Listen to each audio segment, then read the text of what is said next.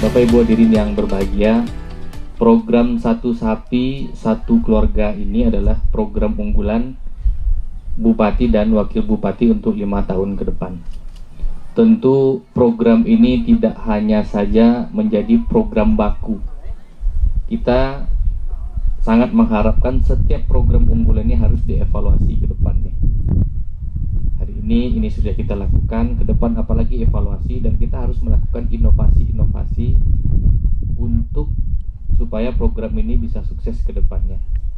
Dan yang terpenting, program yang dilakukan atau yang dibuat adalah untuk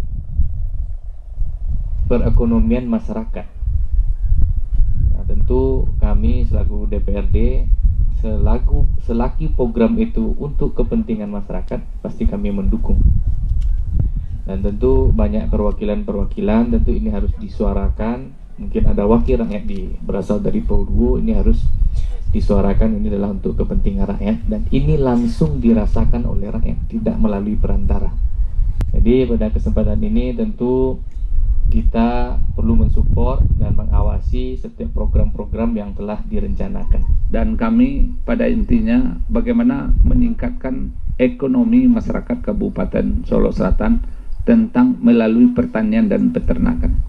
Makanya hari ini dan di tahun yang pertama, di sisa refocusing APBD Kabupaten Solo Selatan, bisa Bupati memberikan kepada masyarakat Kabupaten Solo Selatan cuman baru bisa 7 kelompok di luar bantuan pemerintah pusat.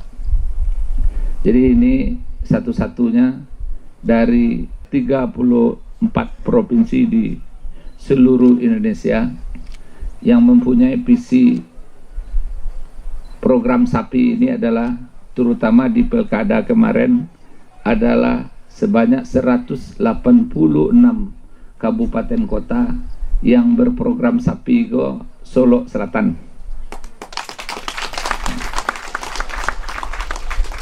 Kita diberikan oleh pemerintah pusat ada 1.000 sapi gitu. Jadi kita alhamdulillah di samping APBD Solo Selatan dan juga pemerintah pusat memberikan 1.000 sapi gitu.